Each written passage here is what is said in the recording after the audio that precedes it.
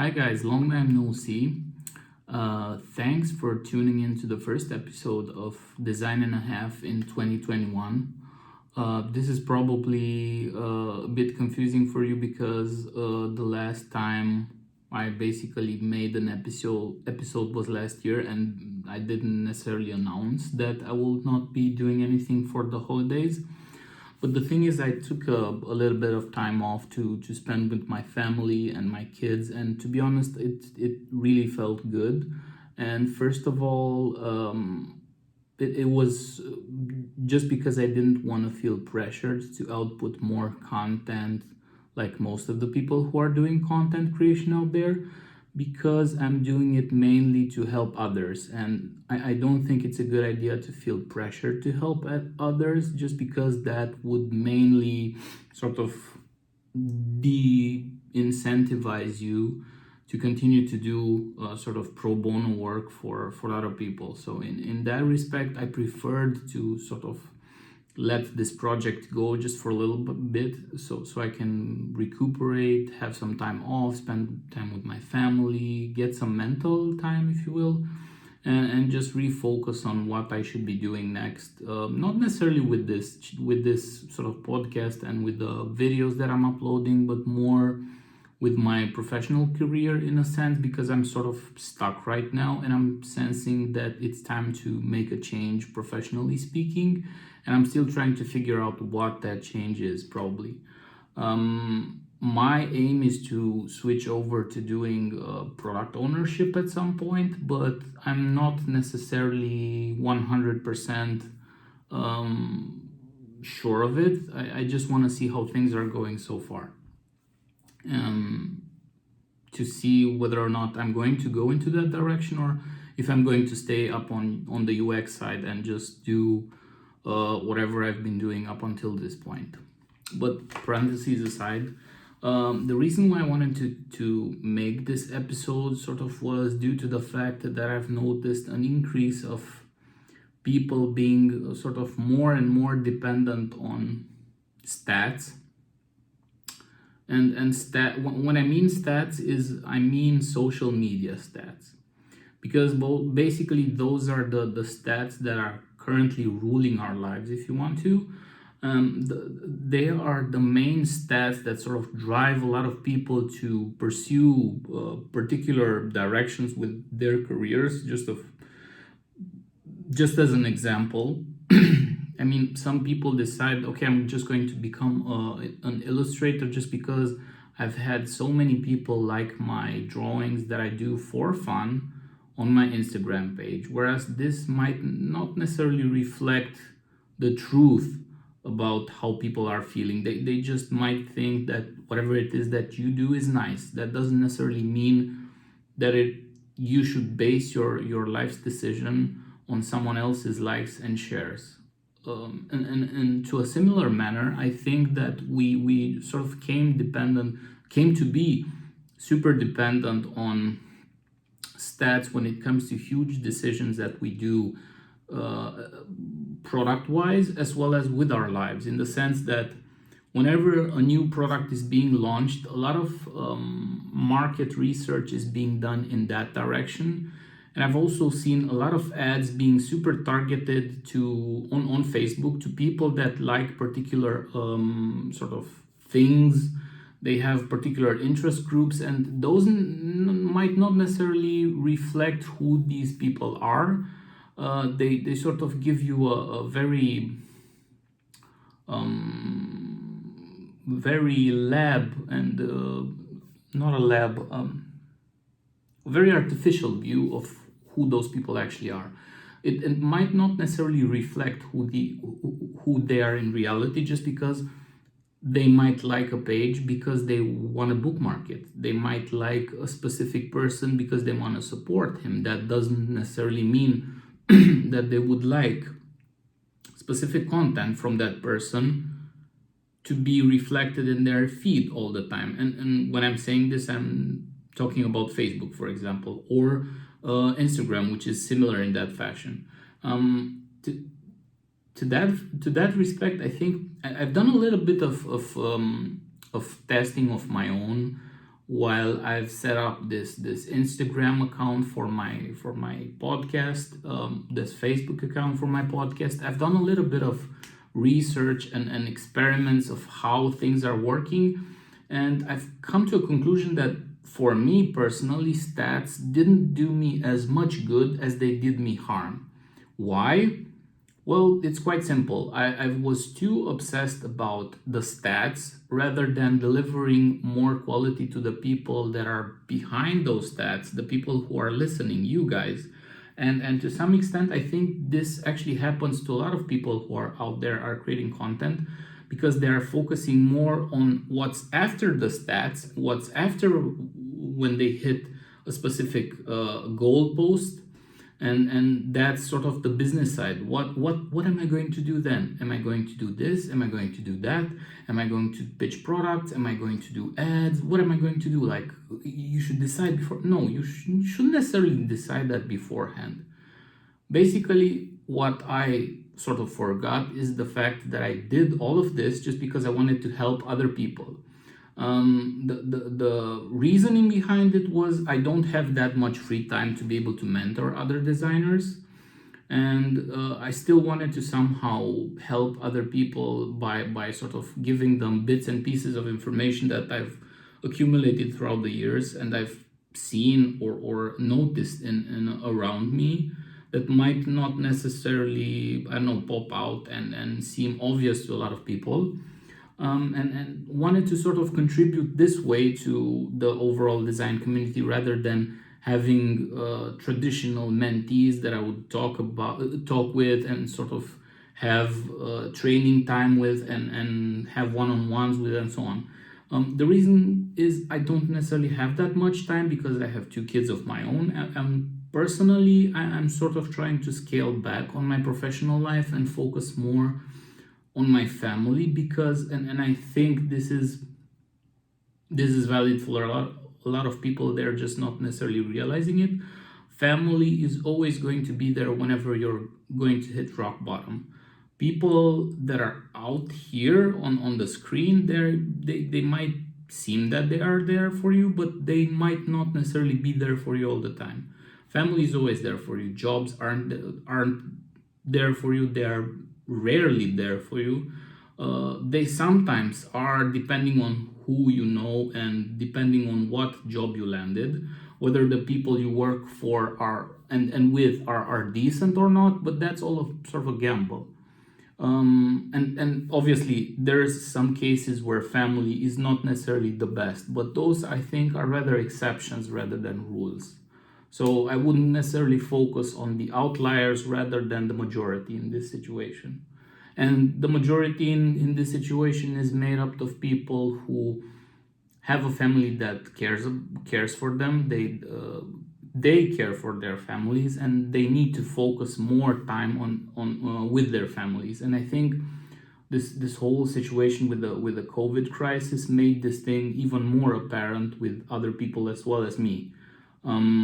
Instead of sort of trying to focus more on my career, I'm trying to dial back on my career and focus more on my time with my family, my own personal time, because there were a lot of times where I've actually felt the need to do things I like, not things that I should be doing.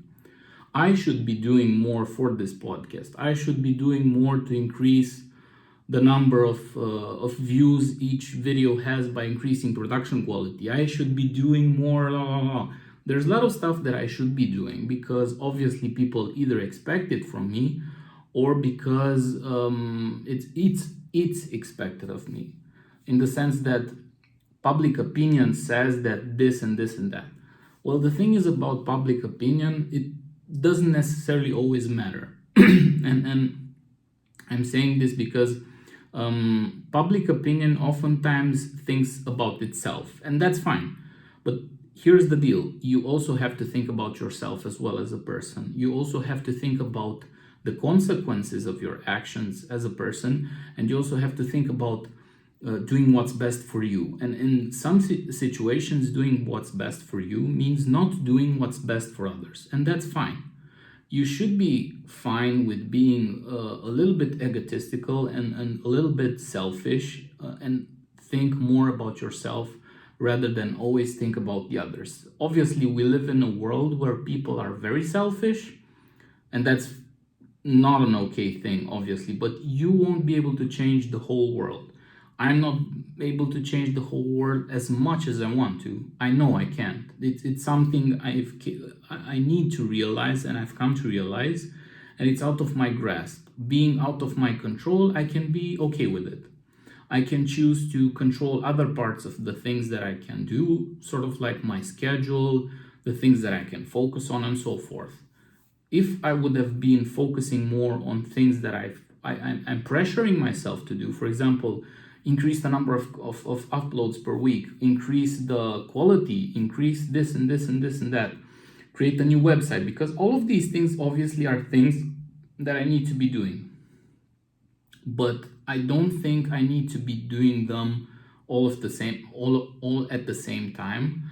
Additionally, this is not necessarily something that produces money for me, so I'm not necessarily in a hurry to invest money and work into this to that extent to which people can say, "Wow, this has so much production quality," because few people know this necessarily about me, but I've actually invested quite a lot into this podcast project, in the sense that I've bought lights, I've bought equipment, I've bought a good podcasting microphone just to deliver good sound quality, because I think all of this is to some extent very important to the people, to all of you that are listening to the podcast. And it's not necessarily a small investment, but on the other hand, I wouldn't necessarily want to pour a lot of money into this, and in detriment to other things that I like. For example, I need to fix my bike. If I would have prioritized this podcast into, for example, in detriment of the bike, I would have said, okay, I'm going to buy more stuff for this podcast, like more lights and perhaps a subscription for Adobe Premiere, so I'm able to edit things and make them look prettier rather than just upload like I usually do.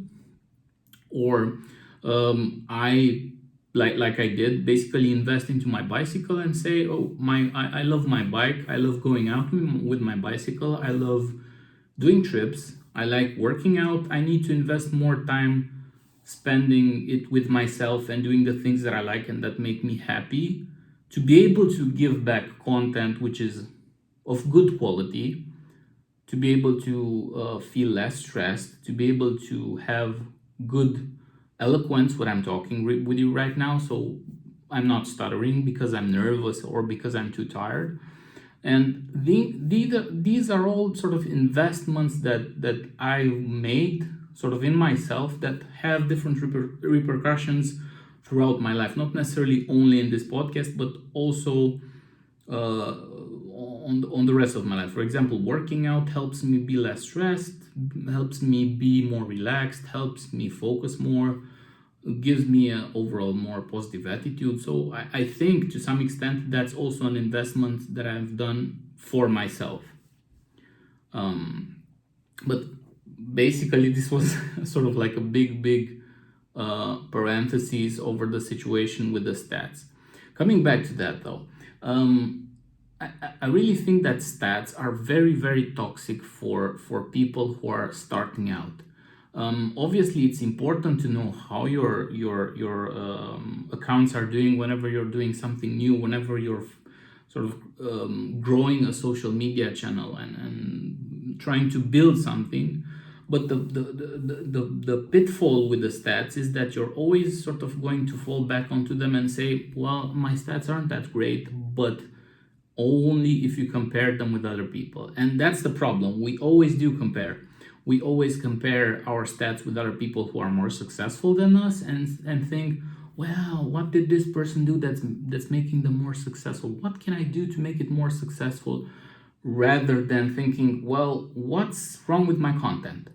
What should I be improving about my content that's currently not so perfect, not so good? Instead, you're sort of focusing on on the statistics that say, well, you didn't make enough engagements, your overall engagements dropped, and so on and so forth. You're not making this much money. And well, okay, but if you're just focusing on that, obviously, if you have a business, that's fine. I get you need to focus on those things. But I'm more sort of focusing when I'm talking about this, I'm sort of addressing more towards people who are like me and people who are also thinking or already started out a podcast or a video, a vlog, for example, and are always glued to those stats and thinking, wow, these stats are so bad, or these stats are amazing, and so on. It's not necessarily all about the stats. You should also think about what you're doing per se to the people that you're talking. Being too much too focused on the stats makes you sort of lose objective of why you started this whole thing in the first place. And my guess is that you started this whole vlog or podcasting in the first place because you wanted to help others. Otherwise, I don't necessarily think you would have as much success. For example, my colleague and I built up the company's Instagram account from scratch, the UX account.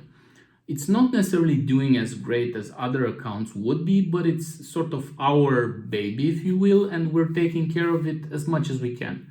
We know we're not able to, we know it's not perfect. We know we could do much more to help it grow. For example, engage more with other people, like, comment, blah, blah, blah, blah, blah.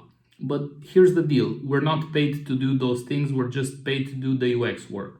The fact that we're doing other stuff in addition to the UX work means that we want to try to help the company, but at the same time, we're thinking about ourselves, and it's fine. It's absolutely okay to think about yourself and be selfish in that respect, because that's your job. Sort of, you have a specific job. Your job is not to do everything. And in this specific case, our job does not necessarily entail to also take care of the social media part. We do it because we want to help the company, and we do it because we want to sort of grow the account organically. But we're not necessarily so focused on the stats to be always checking out, oh, how many engagements do we have? How many clicks? How many likes? I think being too focused on them is very toxic for you. It's going to be of absolutely no help in the future, especially if you're thinking of growing it organically. If you're thinking about buying likes, buying clicks, buying whatever it is that you want to buy, fine, that's up to you. I don't really care about that part too much. But if you want to grow it organically and if you want to do social media organically, I don't think you should be focusing too much on the likes and the stats, rather than focusing on what you're actually doing there and the information that you put out. And to some extent, this is also valid for non-social media stuff as well.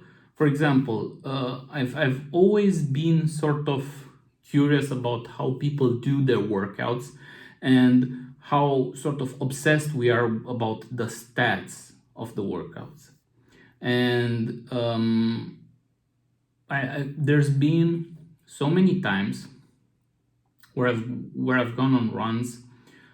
I've spent like maybe 10 or 15 minutes running, and whenever I was like taking a break, I caught myself looking at my smartwatch, always thinking about, oh man, how much have I run? I've run this fast, I've run this much, this is the pace, this is like, and instead of being like, dude, I'm here to relax, I'm here to have fun, I'm here to sort of overcome my own barriers, mental barriers. I'm here because I want to let go of all of that crap.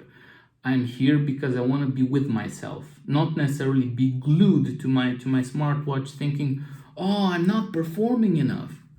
And the problem is that sort of weight loss is also associated to some extent with these stats, and being glued to these stats to be able to measure always if your performance is up to par, if you're performing high, if you're performing low. Let's compare with other people and see. Those moments are the ones which are always ending up to breaking up the whole experience and making it crap for you. Because at the moment when you start comparing yourself to others, your morale from here starts to dip to here, because you always think, oh man, this person is so much better than me, or they either have better kit than I do, they either have a better phone, they either have a better time, they managed to do more than I did, like run faster or run for a longer period of time. Instead of being like, dude, I'm here to relax, to be with myself, to just focus and to not think about absolutely anything. And instead of sort of technology helping us achieve that, it's doing the exact opposite. It's sort of blocking us from achieving that state of meditation, of serenity, that's basically supposed to help us grow further, and is instead obtuse and sort of putting us in a constant state of competition with each other, which is not necessarily always helpful for us. Sometimes it is, if your focus is to become a better athlete, for example. But here's the deal: when you're and this is sort of a discussion about product objectives as well, because if your product is a smartwatch like this, which is meant for the general public, not necessarily for professional athletes, then if you're sort of adding too much information there, which is focused towards I don't know, beginner athletes, you might end up losing the people who want to just do this for fun, but at the same time have a sense of sort of tracking of their information. And what I mean by that is, I would expect all of this whole measuring of stats to be able to be done without me necessarily knowing it when I'm running, just to be able to, I don't know, see a nice graphic or I don't know, be sort of suggested that I'm in a different state of mind, not necessarily be in that competitive state of mind all the time, because I'm not necessarily I don't necessarily want to be in that state of mind all the time. However, I would appreciate being sort of pushed forward by something like a voice, like a coach saying, great stuff, go do it better, like you can do it, you have like one more lap and you are done.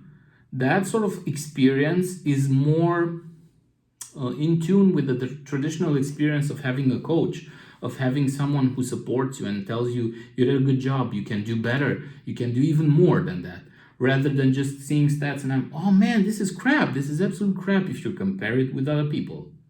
And I think this is the missed opportunity for a lot of companies who are doing sportswear, especially. To this extent, I would like to highlight Nike. Nike has a really cool application for running. And the reason why I'm saying this is because their concept of a running application also involves occasional voice who keeps telling you, okay, you did this, you did that, keep going. It's very motivational. It feels like it wants to help you succeed, rather than yeah, awesome job, you did this and that. It's not robotic. It's sort of uplifting. It feels like it really wants to help you.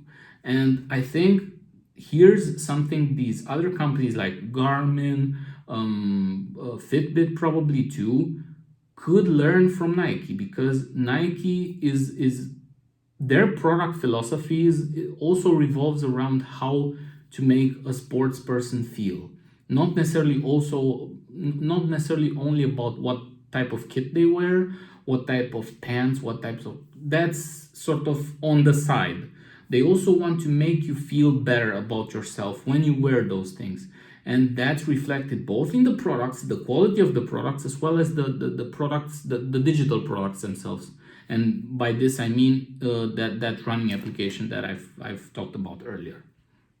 This is why I'm saying that to some extent we need more of that Nike feeling into a lot of our lives, rather than just stats, just empty things that are not necessarily put into context, that we ourselves put into context, and we end up sort of misinterpreting it, or making something which is not necessarily helpful to us, creating a bad experience for ourselves, if you will.